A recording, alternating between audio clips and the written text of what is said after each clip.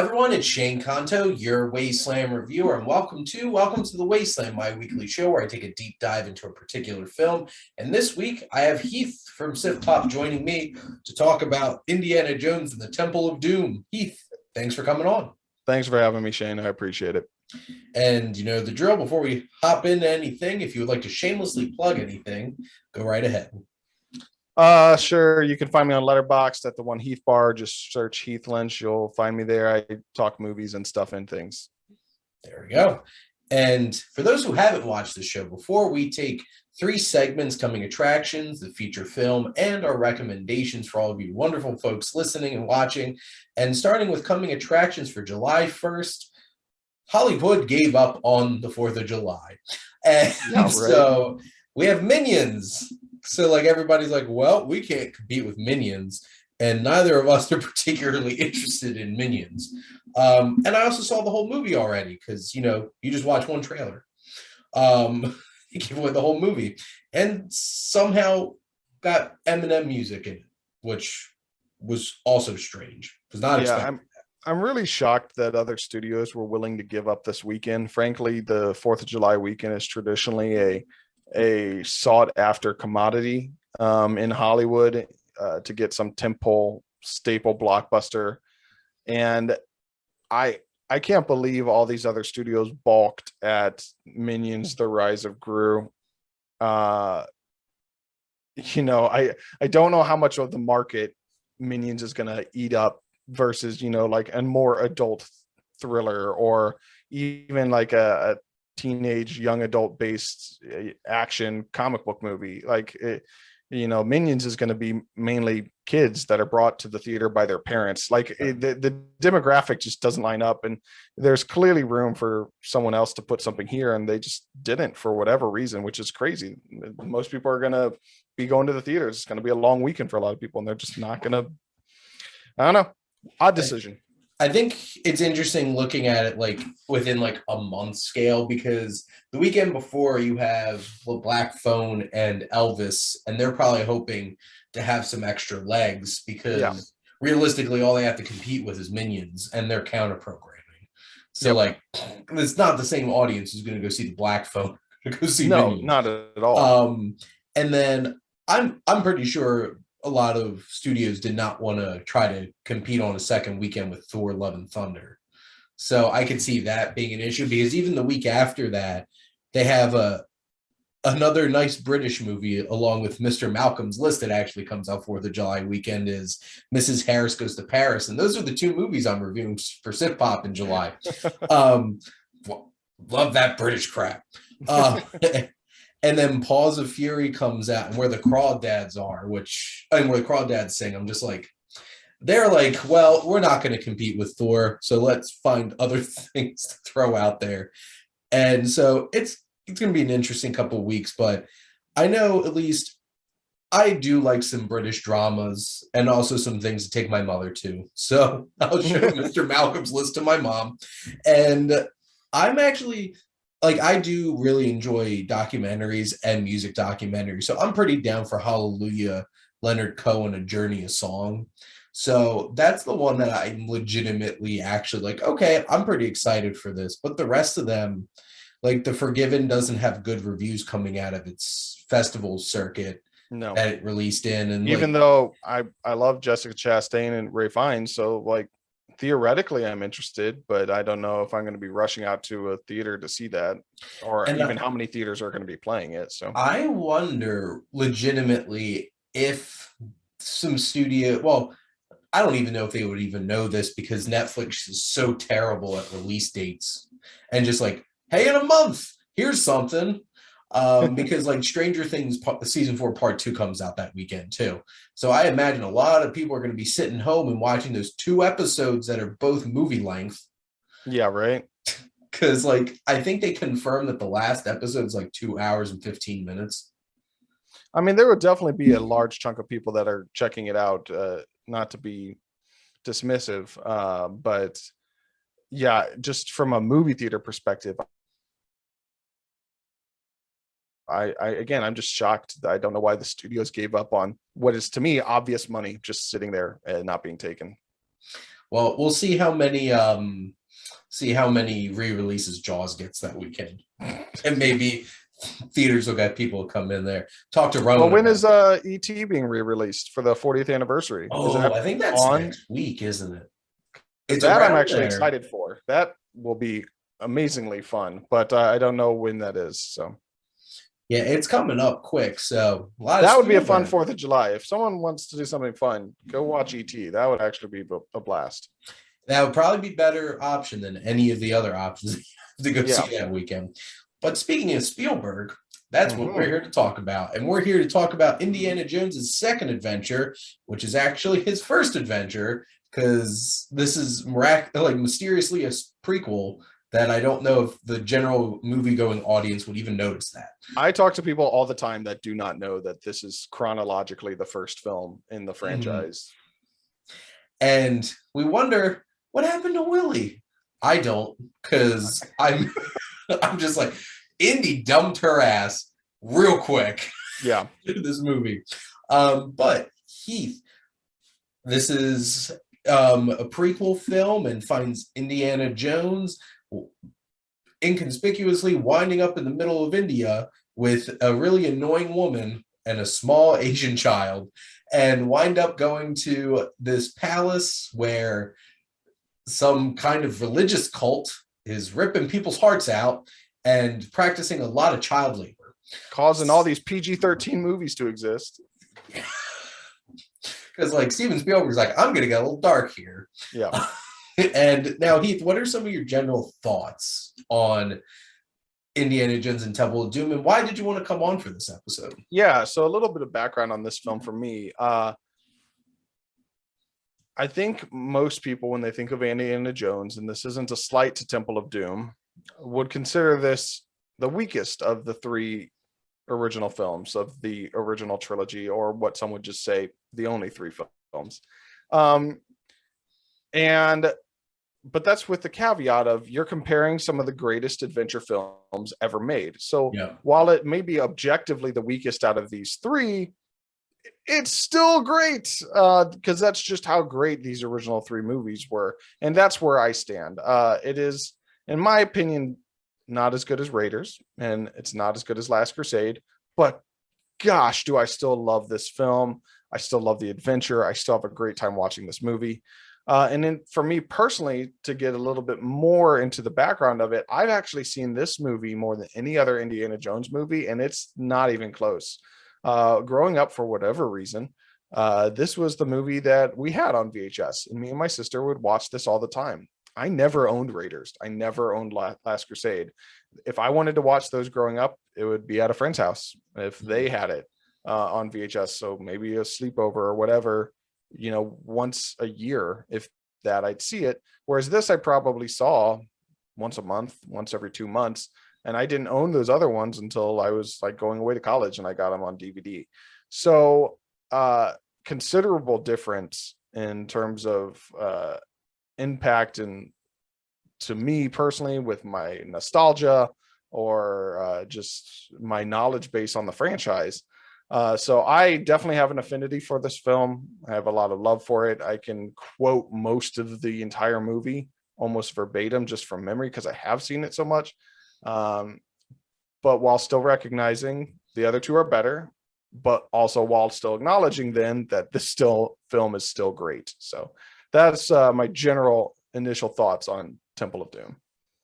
Awesome. To give a little bit of background on my experience with Indiana Jones, back in middle school was when my collection here really started to get some legs, because my mom, for my birthday and Christmas, because like I'm a November kid, so like not close enough to Christmas for people to pull that BS and give me one gift for both of them, but back-to-back months of getting gifts, my mom bought me the original Star Wars trilogy on DVD, which of course was a special editions because George Lucas, and then the Rocky saga, which at that point was 5 of them, and then the original Indiana Jones trilogy on DVD.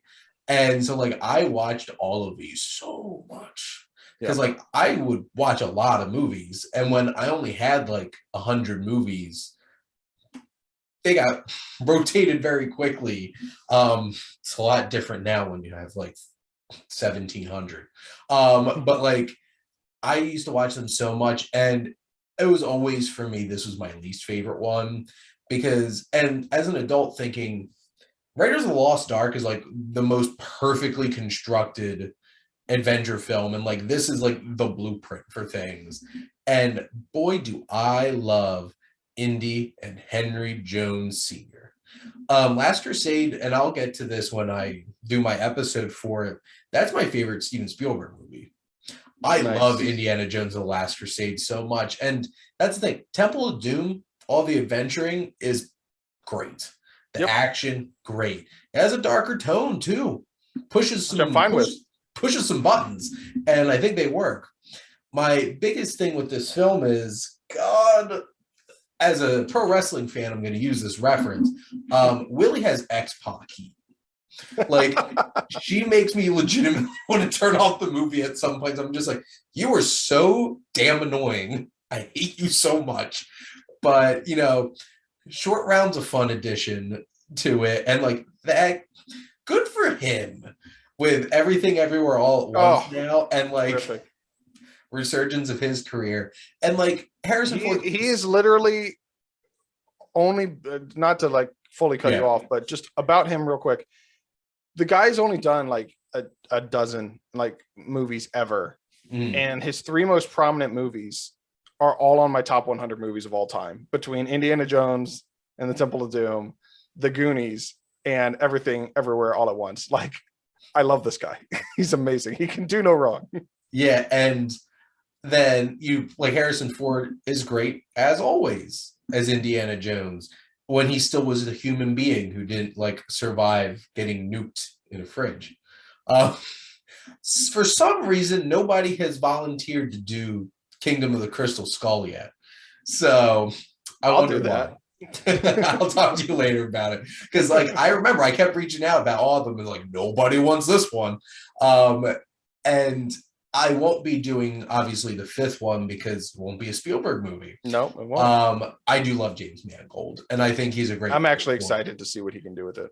Yeah, but like this, Spielberg got a little darker, which especially going through his filmography, it's just like Spielberg does that. Yeah. Like E.T. and Close Encounters, he plays with the audience. He sets up tension and makes you think maybe these are malicious things, and this could go sideways. And this, there's darker tones, and you have great action set pieces, like the whole mining cart chase is thrilling and fun.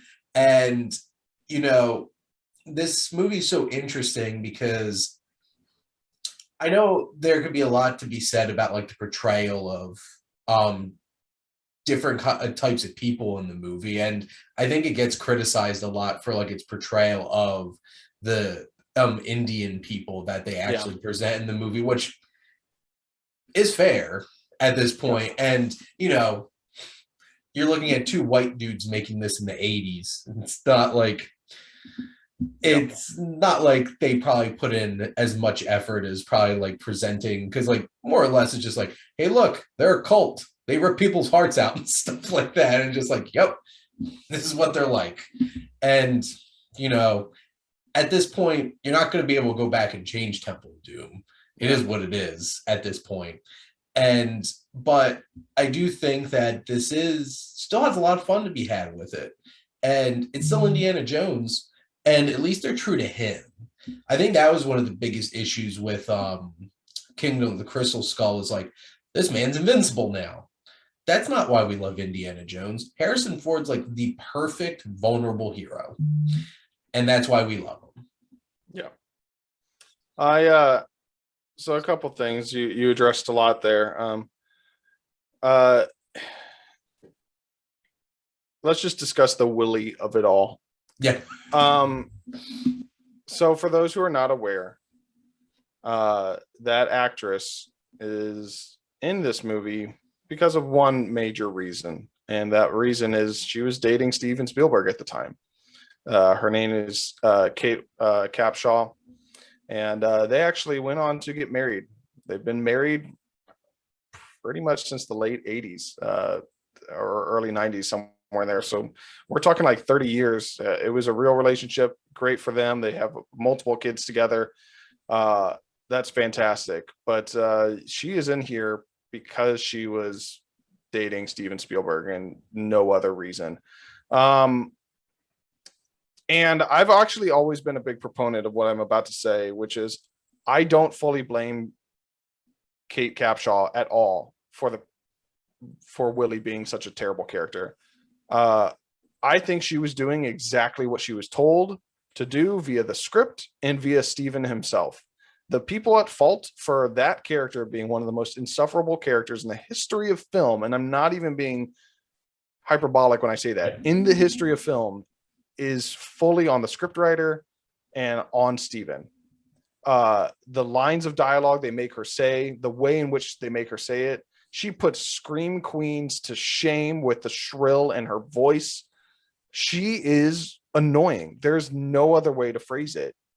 And I feel bad that her most famous film, because she doesn't really act anymore, she's a painter now, if I remember correctly, and her work's been shown in like the Smithsonian. She's really good. But her most famous contribution to all of pop culture and society will always be one of the most annoying characters in the history of film. That's gotta suck for her. And I want to say that like objectively, that is not her fault. She's, if anything, she should be commended. Like, she's doing exactly what she was supposed to do, and she does a great job at it. Her character's supposed to be annoying, and like, she's gold in that regard. But yeah, like you said, it's tough to deal with her. So I always try to keep that in mind when watching. Like, yes, you're annoying. Yes, I hate almost every line of dialogue coming out of your mouth, but you're supposed to be that way. I'm not supposed to like you, and it's not Kate's fault. Going to the referenced nuke fridge, I will say, as much as, and this is why I want to do Kingdom of the Crystal Skull with you, because I'm a defender. Not that I think that's a good movie, but I don't think it's nearly as bad as everyone makes it out to be. I think it's just fine. It's a fine movie that exists. It's nowhere near the quality of the original three, but it's fine. But it's stuff like when people point out, oh, the nuke fridge is so ridiculous. You guys, I'm sorry, the nuke fridge is no more ridiculous than them falling out of a plane using an inflatable raft as a parachute to fall thousands of feet until they land on a mountain of snow, and then they ride that raft down the mountain of snow, off a cliff, down another couple hundred feet into a river, and they survive. That all happens at the beginning of this movie, Temple of Doom. Fun fact is just as absurd as him surviving. Like, neither one should be survivable. I'm sorry. Well, they did that on Mythbusters, and you can. What? Survive a raft? Like, he's definitely hurt, but you could actually survive that, apparently. But that's still some level of movie magic. I don't know if I believe that, especially because it's not even just one person. It's three people in there, one of which is like an 8-year-old kid. Like, I don't buy it. I'm sorry.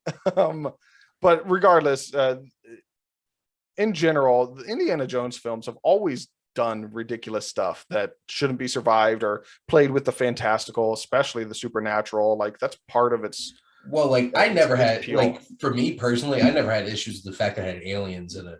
Yeah, like, I actually don't mind that part at all. I'm like, a lot of people hate that, and they point to that as, I'm like, really? Like, is this any less weird than all the other crap that yeah, I know. Like, in this movie alone, we have a guy that reaches into someone's chest, pulls out his heart. He's still alive, and it lights on fire. And then he descends the still alive person into a liquid magma, and then the heart bursts into flames. Like, you have no problem with that, but you think aliens, which, by the way, statistically speaking, aliens exist. They're somewhere out there. We may not ever meet them, but like, there's no way they don't exist somewhere in the universe. But yeah, sure, whatever. You know, like, it's people picking and choosing what they want to have a problem with. But that's Kingdom of the. We'll get there. Yeah. We'll get there in a future. One thing that I do like about Temple of Doom, you mentioned it at the offset here that this is a prequel. This takes place before. We find that out right at the beginning at Club Obi-Wan, for those paying attention. The opening sequence in Shanghai, China takes place in 1935. The opening in the Peruvian jungle of Raiders takes place in 1936. So this is a year before Raiders of the Lost Ark. But what I really like is when you go back and you watch that sequence, again, with Kate Capshaw, who's actually belting out some pretty strong vocals, you can see right then and there that here we are over 36 years ago, 38 years ago at this point. He wanted to do a musical. Like, you could see the seeds of West Side Story right there. Like, the performance he puts on with these actors, this stage production, the costume designs. Like, Steven was like, yeah, I want to do a musical someday. Here's my quick rendition of Anything Goes. I love it. It doesn't have a place in this movie. It didn't need to be there, but it's there, and damn it if it's not fun. So I always loved that. But yeah, go ahead, Shane. You say a couple more things. Well, and I really appreciate the opening sequence in this movie because, like, I think it's like you have that musical number, it grabs your attention right away. Yeah. You go in, you have that whole exchange in like the club and everything, which is great. And you have, and of course, you meet Short Round as he's driving the car, like bricks and blocks on his shoes. Fun Okie fact, Mr. Jones. So I recognized him when I was a kid, but I never, I guess, really believed that was Dan Aykroyd who was at the airport. Well, it's a blink and you miss it cameo. He's hardly there. And now I know probably why, because he worked with Steven Spielberg on 1941. Yeah. So, like, which I'd never seen before I did my series here. So I'm like, oh, well, they worked together before. So, like, I guess it's less surprising because, you know, you have that, like, right in your face, but you might not notice Harrison Ford being an E.T.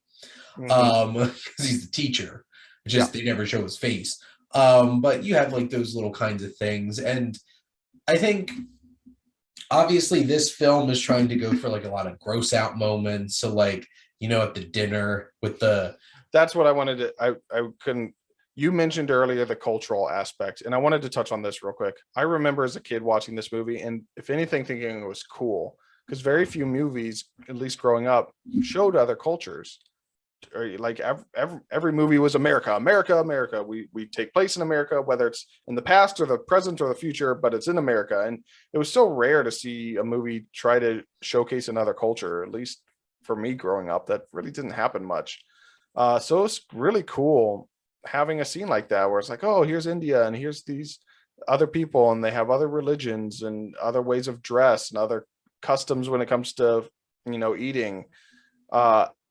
In hindsight, that scene is not aged well. In fact, a lot of the depictions have not aged well. I still commend the movie for trying, but like you said earlier, like, this is a couple of white dudes in the middle of the 80s trying to make something work that they clearly didn't want to take the time to properly research and properly portray, or just completely misunderstood what was already there when they did do their research. And it comes off as real demeaning, insensitive, and borderline insulting on certain levels, where and it's specifically because it's framed, and how it's framed in the movie, it's framed as a joke.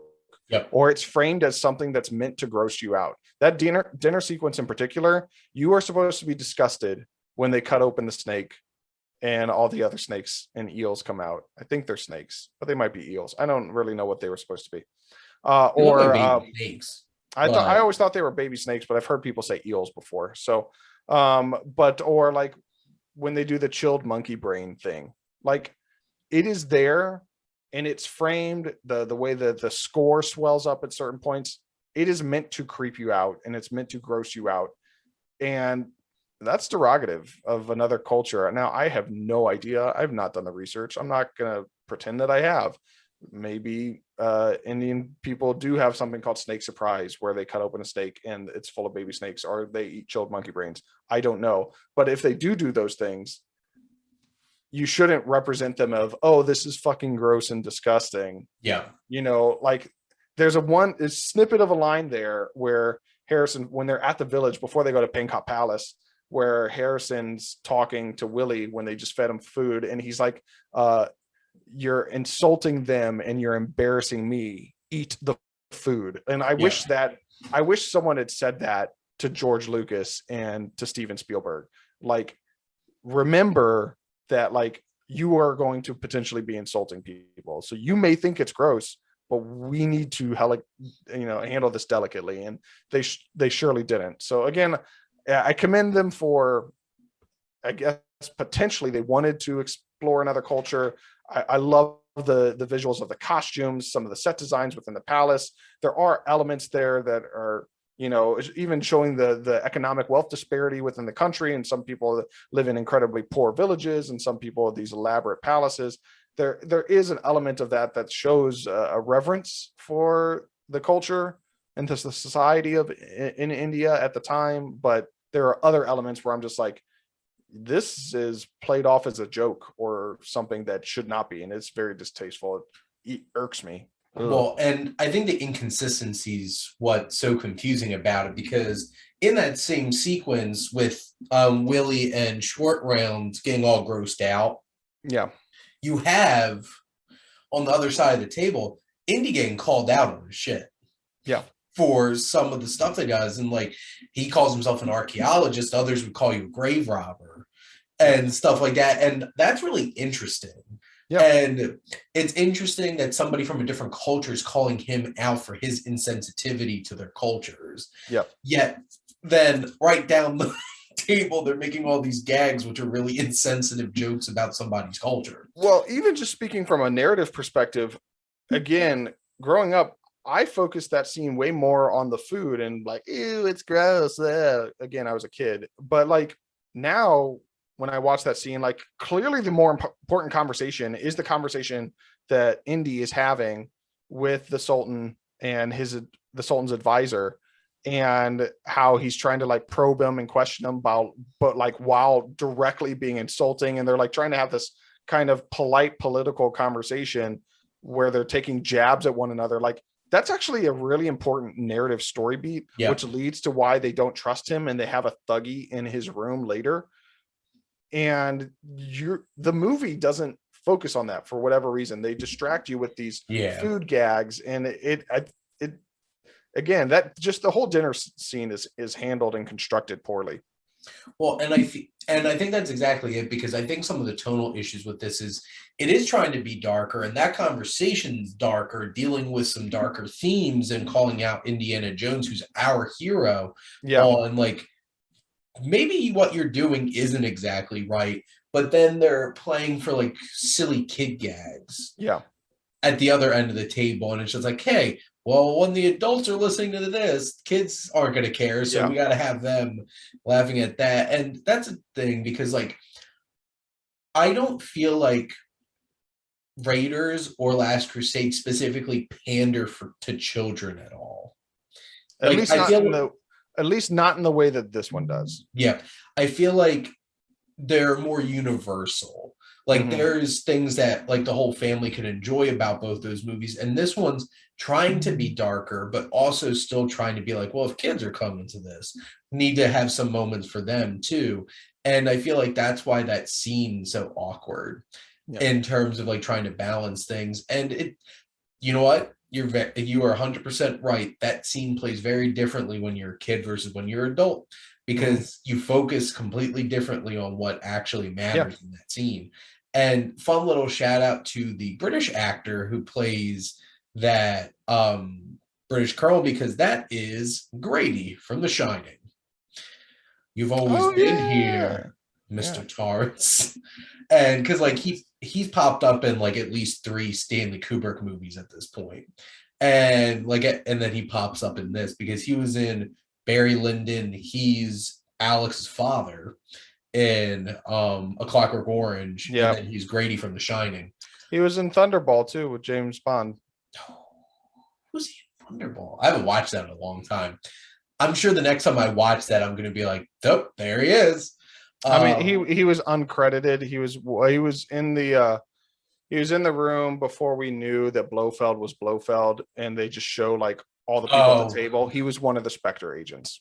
Okay. But I'm actually, you know what? Probably next time I watch that, I will probably recognize him now. Yeah. But it's and like that's a fun, interesting thing, and that's a little interesting connection between Kubrick and Spielberg, because there'll be more, especially when I get to AI. But I think and then you get past that sequence, and like there's some dark stuff, and like it's so interesting because I have to double check. I'm pretty sure this came out before Young Sherlock Holmes, but like they both deal with some very similar kinds of representations of other cultures with like mysterious cults and stuff like that, and doing all kinds of random weird stuff. Came out a year before Young Sherlock Holmes. Very close together. But like it's the same kind of thing where they're having this, you know, the whole setup, the production design's great. Like that whole entire giant skull and like all of that and everything. The technicals in this movie are tremendous.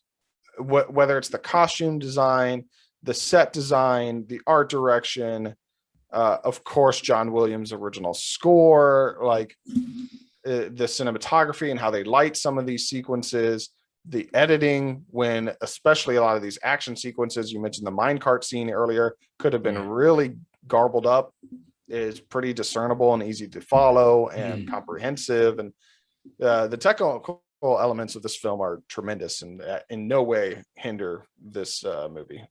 There's a great use of shadows when they like brainwash Indy and he like walks in like that shadow on his face. I'm like, that room that's lit by candles when the poison is like seeping into him and he's like convulsing on the altar. Yep. Awesome. That whole it's maybe 30 to 45 seconds tops, but like visually terrific. Yep. And you have like more or less, once this really hits into the third act, this is just one giant action. Oh, it never stops. Never stops. One thing, and again, this is a script problem. I don't know why I do this when I watch movies, but like I get into the timeline of things.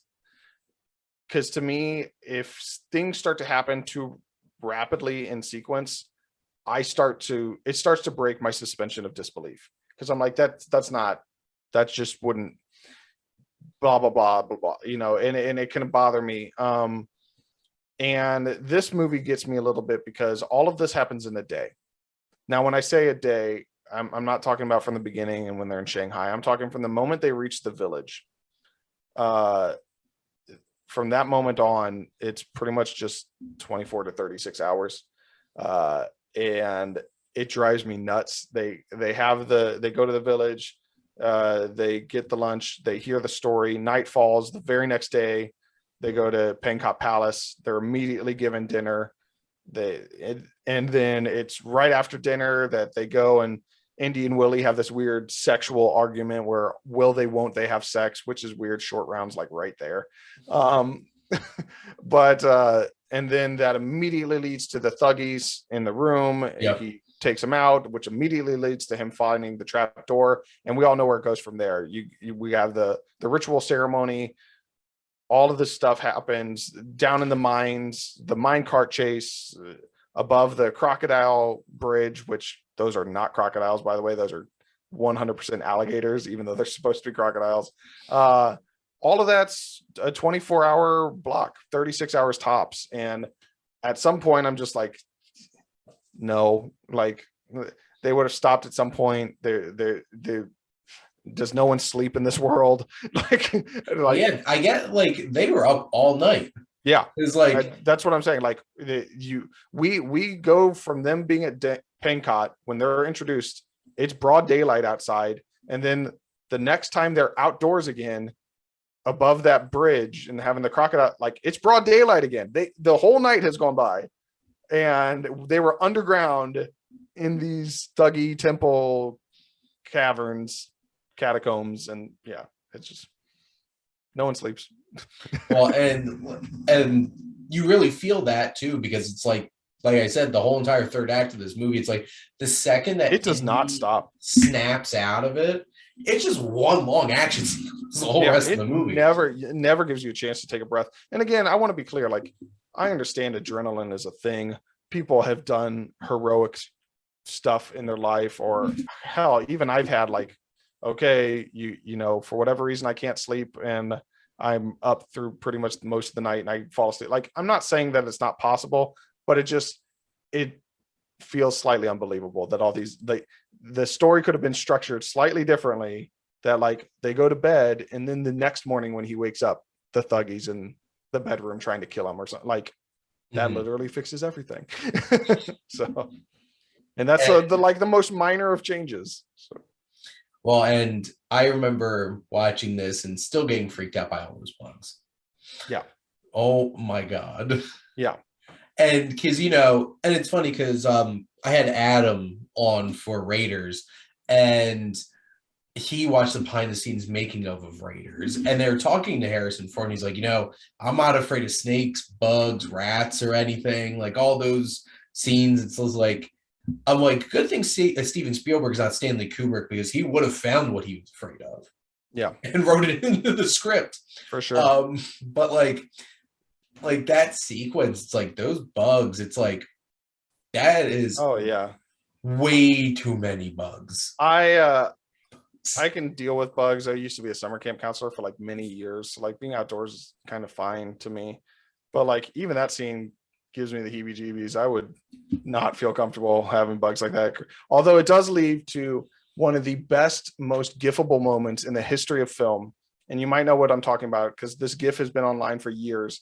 And it's when him and Short Round are going to die. The spikes are coming down from the ceiling. The ceiling's going to squish them. And Willi has to go down to save them. And she has to reach her hand in, pull the lever, and she doesn't want to do it because there's bugs. Again, very annoying character. Not her fault. The script is telling her to be scared of bugs and let these people die. That's not the actor's fault. But she's scared of bugs. She would rather let these people die than touch bugs. And Indy sticks his head through this hole. It's like yay big. And he's just like, we are going to die. And then he like makes this weird frown. And it's just so funny. And it's like the most emoted face for no reason. And he just takes this very serious line reading and then ends it with a sad frowny face. And it's so comical. It's supposed to be like this tremendously, oh no, they're going to die, like anxiety, tension filled moment. And I just bust up laughing every time. It's so funny to me. There's definitely some moments in these movies where they make some big acting choices. Yeah. And it's just like, well, that was one of them. For sure. It certainly was one of them, because that's the biggest thing I remember from that scene. We are going to die. Yeah. and you know, they get through, and like once Indy snaps out of it, he has that whole entire sequence fighting that one boss guard. Boss thuggy. Yeah. Right out of a video game. And of course they have like the, for lack of a better term, like voodoo doll sequence, because like he also, while you're on that, why does the Sultan ever take the needle out of his back? Like very clearly, multiple times he stabs him. The boss thuggy starts to win the fight. He lets the needle out. Indy starts to win the fight. Clearly, the conclusion is keep the needle in. Indy dies. Game over. But no, movie has to movie. Plot armor has to plot armor, and for some reason, tension. This dramatic tension makes this Sultan kid want to keep stabbing him over and over instead of just letting him die. I remember seeing that as a kid. I'd be like, that's dumb. Yeah. And then you have like the whole mine car sequence, and then they get out. Which gives me severe Donkey Kong Country PTSD. I can't, every time I watch that, I think of the minecart levels in Donkey Kong Country, and I'm like, I'm gonna die. I can't make this jump. This whole entire third act of this movie is a video game. It really is. And then they get outside, and I've seen people criticize this particular moment, but like, you know, the moment where it's just like Indy goes for his gun because like he's obviously going to shoot these guys with swords, and he's like, "Oh, don't have my gun." Yeah, Whoops. it's a play on the scene from Raiders. Yeah, for sure. Which that didn't happen yet, which is interesting. No, and, it's a play on the scene for the audience, not for Indy.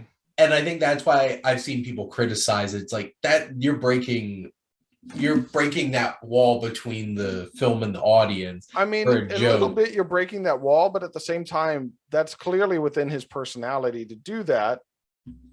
You have swords, you look threatening, screw you, I'm just going to shoot you.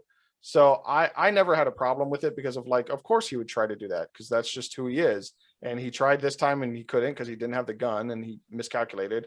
And then he does it again in Raiders and it works. You know, like to me, I never had a problem with it, but it's very much a wink and a nod to the scene at Raiders, which yes, due to this being a prequel, actually happens after this. So, well, and I never really thought about it until I saw somebody write an article about him. Like, I never really thought about that. Yeah, but I guess you're right. But like, do I care? No. I don't. So, and again, it's within his character. So like, I don't mind that at all. Like you have that nice tense moment on the bridge where he has like he's trying to I'm gonna cut this. What's he gonna do? There's people coming from both sides. You don't know how he's gonna get out of it. And then should I cut the bridge? Should I not? Yeah. And then like I didn't really think about this until watching it this time. And I think a lot of it's because like maybe I've seen a lot more of the criticism of this movie since the last time I watched it. But like, and I don't know if you've ever thought of this, like at that moment where he's confronting like the main antagonist and he starts calling out this guy on his warped perspective on his own religion. Yeah. And it's just like, should Indiana Jones be calling out this Indian man on his warped perspective on his own religion? And it's just like, that was the first time I ever thought about that. And I don't know if I should be overthinking that, but in the context of the movie, that's a powerful moment because like Indy gets real intense and he's just like calling him out and like those stones start like burning and it's just like, oh dang. And then of course, quickly edited moment of quick CGI guy like falling down the cliff and then miraculously landing right in the quote unquote crocodiles, even though it doesn't look like he's going to land. Even though he totally would have landed on the rocks. Bank. Yep. Yeah. So. Yep. I've noticed that every time. Little bit of spatial logic issues. Well, there. even just down to story logic, like that scene ends with a whole bunch of officers showing up with rifles. When were they alerted? Who told them to go there? Who told them that they needed to be at even if they knew they had to be at Bangkok Palace, which again, how did they know to do that? Who told them to go there? How did they know to divert and go to this chasm where this bridge was? That they were having this, like, it makes no sense why that like small regiment of troops show up and completely obliterate the thuggies because gun better than bow and arrow. I think the biggest issue with that sequence is the timeline. Yeah, that's what I'm saying. It's like, again, this is all taking place in 24 tops 36 hours, and and they never signaled for anyone. So like, who told them? The people at the village sure as shit didn't, and they left the village and then went straight to Bangkok. They didn't go to anyone else. So how did they know? It's just, I think because like I think it was the Sultan who ran and grabbed them, but like there's definitely not enough time for that kid to run no, unless they were at the palace already, and even that, it's a stretch. And I feel like the third act and generally this movie has the same time logic as the Brute Squad into the north in that one episode Game of Thrones, where it's like all the most badass characters you could get, send them north of the wall. And somehow all of that happens within like whatever the timing is. Yeah, I think that someone just lost track of the timeline in this movie, and too many things happen without breaks that shouldn't have happened, and it makes for. And again, I also recognize, to be clear, this is nitpicky. Like in the grand scheme of things, who cares? They show up, they save the day. Our hero gets away, but like I do sit there and wonder, like, if someone just taken an extra weekend worth of edits on this script, I mean, we're not even talking that much time. These are fixable issues that they just chose not to for whatever reason. Well, and I think when it really comes down to it is, does it matter to you when you're sitting and watching this movie, and does it take you out of the movie? Because if it doesn't, I would say it takes it out of it for me now as a 36-year-old man who has seen this movie 100 to 150 times. But if this wasn't something that I had seen so many times and I wasn't older, I don't think I'd care at all. I probably wouldn't even notice, but like now, I mean, you got to find something new to observe after seeing the movie 150 times. So you find stuff like this. Well, and I think, and that's what it really comes down to is like, this is out of the movies that I've done on Welcome to the Wasteland, these Indiana Jones movies are going to be the ones I've probably seen the most. Yeah. So it's like, spend a lot of time thinking about these and watching them. So it's understandable. And that's what I'm saying. And again, to be clear, just because of the nitpicking that you and I are doing doesn't mean I don't love this movie. I still love this movie. I give this a 4 out of 5. I give Raiders and Last Crusade like 4.5 out of 5. Like, I think these are some of the greatest movies ever. Especially adventure movies, like these are tremendous. So I firmly acknowledge that this is the definition of nitpicky. It doesn't matter in the grand scheme of things, and this is only going to happen because I am such a fan of these and I have seen them so many times. And even still, this doesn't negate any of my entertainment value that I garner from this experience and these movies. Like, I have fun regardless. So it's totally fine. I wound up catching up on, like, trying to do a bunch of recordings before I leave on my honeymoon, and I watched E.T., Raiders, and Temple of Doom all in the same day last weekend. That's a fun day. Yep, and it's just like, got them all out of the way, and was a blast. And then there'll be definitely a change of pace next time when I do The Color Purple. Yep. So, oh God. And now for something completely different. Yeah. But Heath, do you have any last minute thoughts that you there? Touched on it lightly earlier, but I wanted to put a little bit more focus on it. The ritual scene is one of the most intense dark scenes ever put to film. This will haunt you. I saw this as a kid. Probably should have waited till I was a little bit older to see this. I won't let my kids see these movies until they're older because of it. And this is the reason PG-13 exists. For those who are not aware, before this film, PG-13 didn't exist. It was not an acceptable rating. It wasn't real. It hadn't even been conceived yet in the United States. Now, I don't know about it in Australia, Europe, whatever. I don't know their rating systems, but in America, it was G, which is pretty much just your Disney animated stuff, PG, and then R. I think NC-17 existed actually at this point, but you rarely saw those. And so this got a PG rating, and because of the horrifying nature of the sacrificial ritual sequence and the literal depiction of someone reaching into someone's chest cavity and yanking out their heart and holding someone's beating heart in their hand while it engulfs in flame and spontaneously combusts because you're dipping the body in liquid magma at the base of a volcano in a ritual sacrifice. That freaked the crap out of people, rightly so, for the record. Again, especially a whole bunch of little kids who went and saw this in the theater not knowing what was going to happen. You could make an extreme argument that really after Raiders of the Lost Ark 3 years earlier, that they should have probably looked into making a different rating system, because I still have more nightmares about the Nazis' face melting off because of the Lost Ark of the Covenant than I even do about this ritual. But I think it might have been one of those like, they did Raiders. That was really bad. We are going to let it slide. Hopefully they won't do that again. And then they came out with this 3 years later and they did the ripping someone's heart out of their chest, and they're like, okay, yeah, this can't keep happening. Yeah. So they made PG-13 because of this. And it's funny to think of all the movies throughout time that have ended up with PG ratings that really should have been PG-13s throughout the years.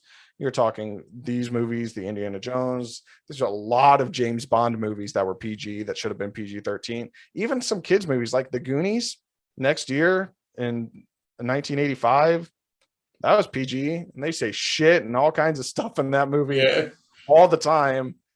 People die. Like, it's PG.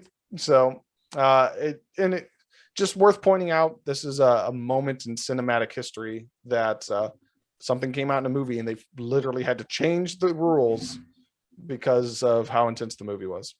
It's very true. And this film, it has those moments. It's intense. And, you know, watching it now, because I guess at this point being desensitized, because like when I was a kid, I guess, like, I was just talking about this earlier, because like I was shown The Godfather when I was 10 years old. So it's kind of like, you know, this didn't really faze me that much. I watched somebody get demolished by Tommy guns and stuff like that. It's just like, it's so interesting that like generally these are more family oriented kind of adventure films, at least from perception and reputation. But when you really sit and watch them, it's just like, there's some adult stuff like this. They all have those moments. And boy, was it interesting being a kid in the 80s. Yeah. It's like, even like watching things like The Dark Crystal. And like, I'm a pretty big fan of Return to Oz. That is creepy as hell. Oh, those guys with like the wheels and stuff. Terrifying. Literally a witch who switches heads in the middle of the movie, walks around headless. At points, you're just like, yep, this is for kids. Yep. It's a different time. And then, you know, it was interesting. And, you know, Indiana Jones are some of the greatest adventure films ever. And they're the blueprint, and we don't get stuff like this anymore. I feel like the last time we really got anything close was, you know, we did get The Mummy in like 1999. I mean, it depends on what you discern as close. An argument could be made that Uncharted, which came out earlier this year, is probably the most quote unquote adventure movie that we've gotten in some time. I'm going to say quality too. I wasn't a huge fan. I'm including quality in that. Oh, too. quality? Then yeah, no, I wasn't a fan of Uncharted either. No. But in terms of adventure, but even still, just the adventure film, I love adventure movies. I think they're so terrific. You're absolutely correct. We really don't get these anymore. In a large way, they've been overtaken by comic book films. Yep. You know, our big studios, Warner Brothers with DC, Disney with Marvel, and just other people trying to adapt other, you know, tertiary stories from lesser known brands. We just don't get stuff like this anymore because people are too busy churning out comic book adventures, which, and again, I like comic book movies. I don't want to say that I'm not one of those people that's like, oh, populist movies are the worst. No, I like comic book movies. But we probably don't need 7 to 10 comic book movies a year. I'm sure a studio could put out one adventure movie not even necessarily every year. You want to do one at least every other year. I think there is a market for this. In fact, I think that the box office for Uncharted even proved that. It did fairly well. I hope people take that as a sign because I do love these movies. I really agree that I think the last true adventure movie would be the Brendan Fraser Mummy. I thought that movie was fantastic. I still love it. Although adventure in a different light, it's not like the treasure hunting adventure. I also was a really big fan from the 90s of Antonio Banderas's The Mask of Zorro. Me too. That was a great time. Yeah, and Martin Campbell, God, one of the most hit and miss directors ever. He is either awesome or terrible. Memory? Yeah, him too. But he's more terrible. Well, no, I mean like the movie Memory that he came out this year with Liam Neeson. Oh, Memory. I thought you said Emery, and I was thinking Emmerich. Oh no. Yeah, no. No, thank you. But we just don't get adventure movies like this anymore. And God, I wish we did. They're so fun. There's something just, and maybe that's also why I still really like James Bond films. There's something about globetrotting, going to different parts of the world, trying to discover something new, or looking into some lost mythology or whatever. It doesn't even necessarily have to be treasure hunting, but even if it is, that's like and you could do a modern adventure movie like National Treasure. I loved National Treasure. That movie's great. I would consider that a modern adventure movie. So it doesn't even have to be a period piece, although more classically they do work as a period piece. Yeah. But like, these movies are fun and people like them. They do well at box offices. So please, Hollywood studios, just don't give up on these. I promise you, people will come and see these. There's more out there than superheroes. Well, and that's why I'm more excited about the Indiana Jones 5th movie than I probably should be. I'm super excited. I'm like, at least it's something like this. And it's something different. It's something fun. James Mangold is great at what he does.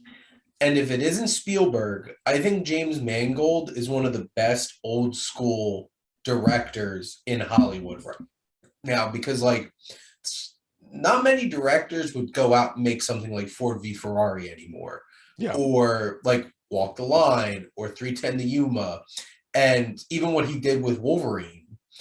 Like there's Logan. A different kind of feel to his films that feel very old school, and I feel like he could capture the spirit of Indiana Jones, and I'm excited about it. I've heard Mads Mikkelsen talk about being very excited about where the film's going with stuff. Yeah. And like, as long as you don't like waste him, like in Doctor Strange, Mads Mikkelsen's amazing. So he's like terrific. Having him as a villain in this is really exciting. And I have a high standard here because I highly doubt anything's going to beat Last Crusade, but like I'm very excited about the 5th one as long as Harrison Ford made it through. And that was my biggest concern. Was physically my only concern is at this point, because I have 100% faith in James Mangold. I'm not even concerned about that in the slightest. My only concerns are how they're going to make it work for the story with his age. This is in reference to, clearly they meant to hand off the torch and make Shia LaBeouf the new Indiana Jones moving forward after Kingdom of the Crystal Skull. Like, that was very clearly apparent. It ended up not happening. They decided not to move forward with that. Shia stepped away from the spotlight, didn't want to do big blockbusters anymore. I doubt we ever see his character again. And frankly, if I'm being completely honest, Harrison looked really old as hell in Kingdom to me. Now, since then, he's gone on to do the sequel Star Wars trilogy. He was in Force Awakens and everything. But I mean, I distinctly remember thinking in theaters in 2008, Harrison, you look really out of place here. Like, you cannot physically keep up with what this role demands. That was 14 years ago. By the time the movie comes out next year, that will be 15 years ago. It's going to be really hard for me. And again, we'll see what happens. We'll see how they work the script, how it's filmed and shot and edited. But man, pulling off him as an adventurer still is going to be tough, given his physical limitations. And the last thing I'm going to say before we shift into recommendations is I became very concerned at the Oscars. Yeah. Because he looked like an old man. Yeah. And it gave me the same vibe of seeing Clint in his most recent movie. I'm like, oh my God, he legitimately is an old man, sounds like an old man. I'm like, how's he even doing this anymore? But he's 79 years old. I mean, you can't keep doing this for forever. I mean, I hate saying that. I don't want to be cruel by any stretch. I love Harrison Ford. He's an icon. He's in some of my favorite movies of literal all time. I got the right over there, Empire Strikes Back, right behind me. So like, I'm not trying to be mean, but I'm trying to be a realist. Like an 80-year-old man can't do this. So He's like, would you expect De Niro and Pacino to be able to be doing stuff? They're no, the same age. yeah, I'm sure Harrison Ford's in better shape than both of them. I'm sure he is, but like I wouldn't expect them to do stuff like this either. Like, No, because you're 80. But so I won't be doing stuff like this when I'm 80. I won't be doing stuff like this when I'm 50. yeah, there you go. Now, time to segue into our last segment, which is recommendations. What do you have for our lovely audience, Heath?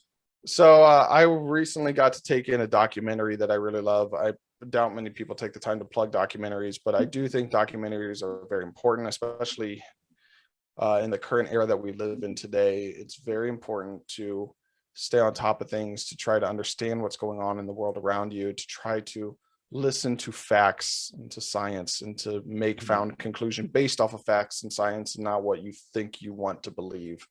And I got to see a documentary that I thought was very good, and it's got quite the polarizing response on IMDb, and really a lot of it is just because a lot of people, based on their political leanings, are either marking it as 1 star or 10 stars. But from people who are actually being critical about film and not just objectively discarding facts, and instead they're just putting subjective political belief on it, this film is getting great reviews, and that's Who We Are, A Chronicle of Racism in America. It's a documentary that really is just about exploring what it means to be racist, where that stems from, and proving definitively that systemic racism is real. It is objective fact. It exists in our system, and it has existed in our system since the foundation of our country. It was in our Constitution. It was in our Bill of Rights. It was in our national anthem. And how do we move? And here's the thing I want to say about this documentary that I liked about it is it's not just like America bad, we racist, rawr. Mm-hmm. No, it's objectively looking at things of like, here's where we were, but how do we move on from here? What do we do? You know, like, and the documentary even says very clearly, like, no one alive now was enslaved, and no one that is alive now were slavers. Like, those generations have come and gone. We are the successors to that. So like, we have to find a way to move on and deal with the sins of the past while acknowledging that the people alive now were not those perpetrators, and trying to deal with prejudices and biases and all these things. It's very well constructed. It takes things from a factual presentation about just like, here's this information, while also trying to bring an emotional element to it. Like, here's this story, here's how this personally impacts people. It really does everything. There's a couple things that I think it misses on, and points I wish it delved deeper into, but for the most part, really solid documentary. And in the trying times that we live in to this day, with the Black Lives Matter movement, which I'm personally a huge advocate for, I think this is a very powerful and important documentary. It's not as strong as something like 13th. If you saw that documentary about the 13th Amendment that came out several years back, and it was nominated for Best Documentary. It might have even won at the Oscars. I don't remember, but not as good as that, but still really strong. I would highly recommend it. And again, it's called Who We Are, a Chronicle of Racism in America. It's moving and powerful stuff. There you go. And like, I saw that, and it's definitely one of the best documentaries that have come out this year so far. Yeah. And like, my only gripe was at some points it legitimately felt like a lecture. Like, because like, literally, because there's which is one of the things I didn't like about it. When I said it didn't do everything that I wanted it to do, it keeps interspersing from an actual PowerPoint lecture that a guy was giving on stage. And it kind of kills the momentum of the doc at some points, and inadvertently makes it feel like it's talking down to the audience, even though it's not trying to do that at all. It kind of comes across that way. Welcome to so like I said, it's not perfect, but it's still on the whole very good. And I have a couple of recommendations that are very different. One is Watcher, which is a new thriller that has come out recently with Micah Monroe in it, who is in The Guest, and it follows. And she's an actress who moves to Bucharest with her husband, who basically leaves her alone all the time because he's busy working. And she feels like some guy's watching her. And her husband's like, aren't you just exaggerating? It has all those familiar beats, but this is they act the hell out of this and direct the hell out of this movie.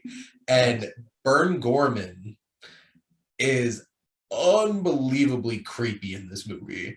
And he barely says anything in the whole entire film, and he's just unnerving to watch. And Michael Monroe gives such a great performance too. I recently rewatched this for one of the podcasts that I do for Scribe after I watched, because my podcast, Wasteland Collides, I review a new film and connect it to another film. And I reviewed Hustle, and I'm like, I'm going to talk about another strong dramatic performance for Adam Sandler. It's Punch Drunk Love. And if you haven't seen this, this is Anxiety the movie for an hour and 35 minutes. And Adam Sandler is fantastic and has some of the most shocking bursts of anger in any movie that I've seen. And Adam Sandler's great in this. And I think at this point, this was like one of the first serious roles that he did. And then, because like, and Philip Seymour Hoffman steals like the couple of scenes that he's in because it's just Philip Seymour Hoffman. And this is going to be an episode on Rowan and my upcoming podcast, which we'll eventually be posting probably in July when we start. It's Such a Beautiful Day. And that is one of the most unique, weird, and quirky animated movies you'll ever see. It's only available on Vimeo to rent for like $4.99. And basically it's more or less just like a little hand-drawn guy named Bill dealing with all the anxieties of the world. And you'll probably have an existential crisis watching. Okay. So it's only 62 minutes. Look how much it could do in that amount of time. So interesting variety of films to check out, all with great merit. But that's a wrap on Welcome to the Wasteland. Heath, thank you so much for coming on again. Again, thanks for having me, Shane. I appreciate it. And Heath will definitely be back on for Saving Private Ryan. And it also sounds like probably Kingdom of the Crystal Skull. Yep. We'll talk about that. But thank you, Heath, and thank all of you out there for always tuning in and supporting your Wasteland Reviewer.